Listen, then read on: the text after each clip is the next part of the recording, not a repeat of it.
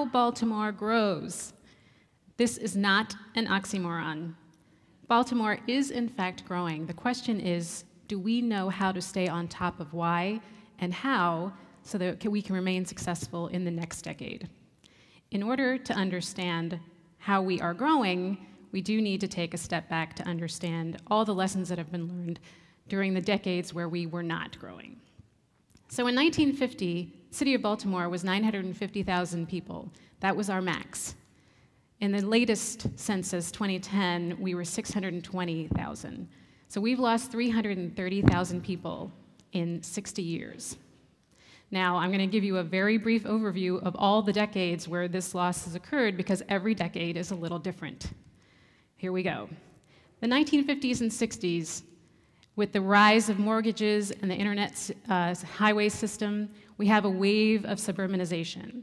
But this suburbanization was not equal opportunity for everybody, with unfair housing practices such as redlining and blockbusting.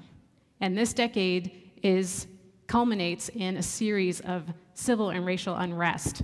Of course, most noted after the assassination of Martin Luther King in 1968.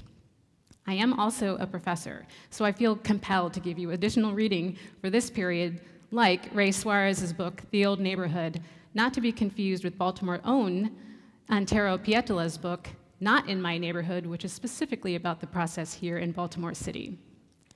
Then we move into the 70s and the 80s with globalization and economic restructuring, moving from manufacturing to a service-based economy. And with all the jobs leaving the city and leaving the nation, in sweeps substance abuse and our own war on drugs. For more information on this period, I highly recommend William Julius Wilson's book, The Truly Disadvantaged. Then we get to the 1990s, and it's kind of like the hangover.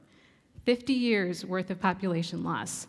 This is the decade where we lose 90,000 people. This is the decade where David Simon writes The Homicide, which is a precursor to the Iyer TV series. So the question is, what have we learned during all this time? And if your head isn't spinning after the 50 years of history that I just went over, imagine having lived through it.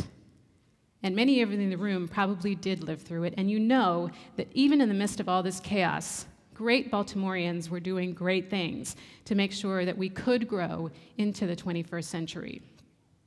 Not the least of which was the creation of the organization that I now have the privilege to oversee, the Baltimore Neighborhood Indicators Alliance at the Jacob Frantz Institute, University of Baltimore. It became evident that all these global and national forces were generating their own velocities that touched down on places in very unique ways.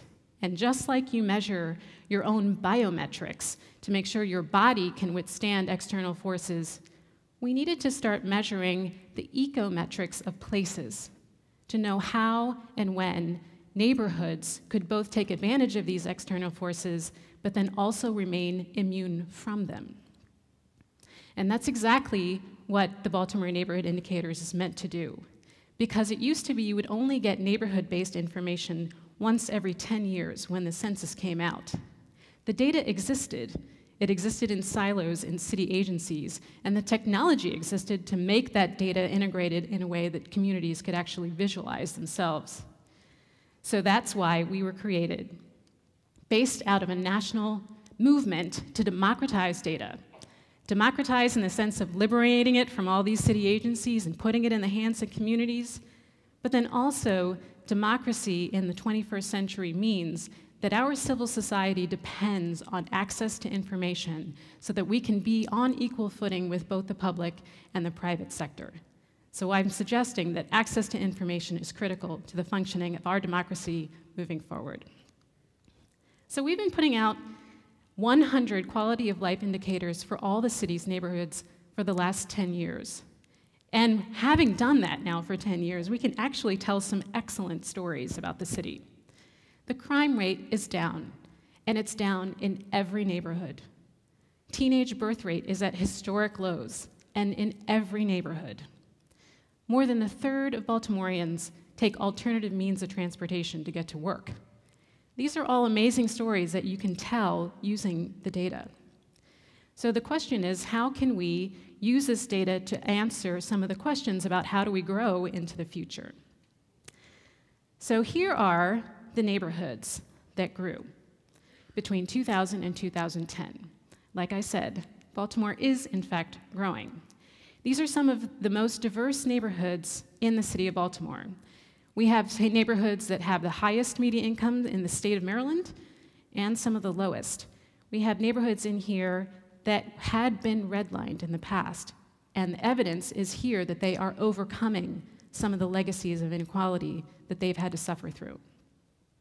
But you don't need to be a geographic information specialist to see that there is a pattern to how these neighborhoods are growing.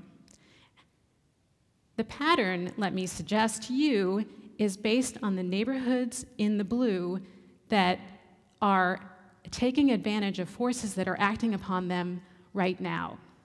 Because in the 21st century, we have evolved far more than in the 1950s into what social scientists call a network society. We are a network society. And so the places in Baltimore right now that are able to access other places of opportunity in that network exchange, they are able to gain resources and, in this case, attract more people to those neighborhoods. And it's happening right now in the neighborhoods going on here in Baltimore City. So networked happens in many different ways. Let me show you one network, which is, of course, our physical network, the transportation and transit system. I'm going to overlay that on the blue areas here. The red lines are those interstate highways here in the city of Baltimore, and the black is our transit system. Every one of the neighborhoods that grew are on that network. They have a competitive advantage because they are able to link up to other places, because let's face it, if you live in the city of Baltimore, you still need to get to the airport. You still need to more and more get to a job, which could be somewhere in the region. So being on the network has produced a competitive advantage. And imagine if we increased networked access to the other neighborhoods that are in gray that are not growing through more transit, for example.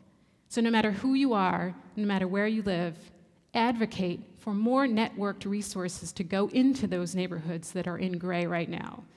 And I would suggest that the other neighborhoods are showing that they can grow into the future. Access to networks is only part of the question. The areas in gray, remember, we lost 330,000 people. When they left the city, they did not take their homes with them.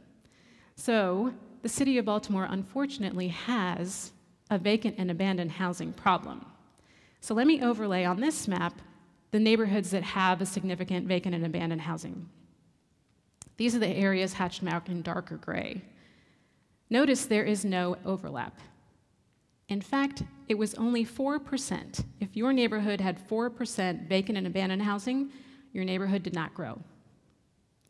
There may not be factories in these neighborhoods with smoke billowing out of them, but let me tell you that this is an environmental justice issue for our decade, because the same neighborhoods that are dealing with vacant and abandoned housing are our least vulnerable neighborhoods. So if you care about justice, please join any movements to deal with vacant and abandoned housing here in the city. But the great thing about VINIA is that we're not just collecting negative indicators, we're collecting all the indicators. And so in these same neighborhoods, we post the highest rates of community gardens. And you can now take a tour of these neighborhoods based on the community gardens and the neighbors that are putting in their own sweat equity to make sure the land is actually an asset and not a liability. But these are the patterns that we see in the data. VINIA is part and parcel of the open data movement. All of the indicators are online for everybody to download, and we welcome you to do so. Professors here at Morgan State University have downloaded that data and are teaching their students how to create a mobile application so that communities can have access to these indicators on their smartphones. We are also big data. 55 neighborhoods, 100 different indicators, 10 years worth of information. That's 55,000 data points that we put out last year, and we update this annually. When we put out the 11th edition this year, there'll be 5,500 more data points. That's a lot of information for most people. So we put on a workshop every July called Baltimore Data Day, where communities, city agencies, nonprofits, foundations, researchers, a pretty cross-diverse section of people come together to talk about how this data could be used to be advocated for in your own neighborhood. So I welcome you to join us at the Baltimore Neighborhood Indicators Alliance. Download your community profile and tell us what you see in the data. Follow us on Facebook and Twitter, and join us in the common goal for a better quality of life in every neighborhood. Thank you.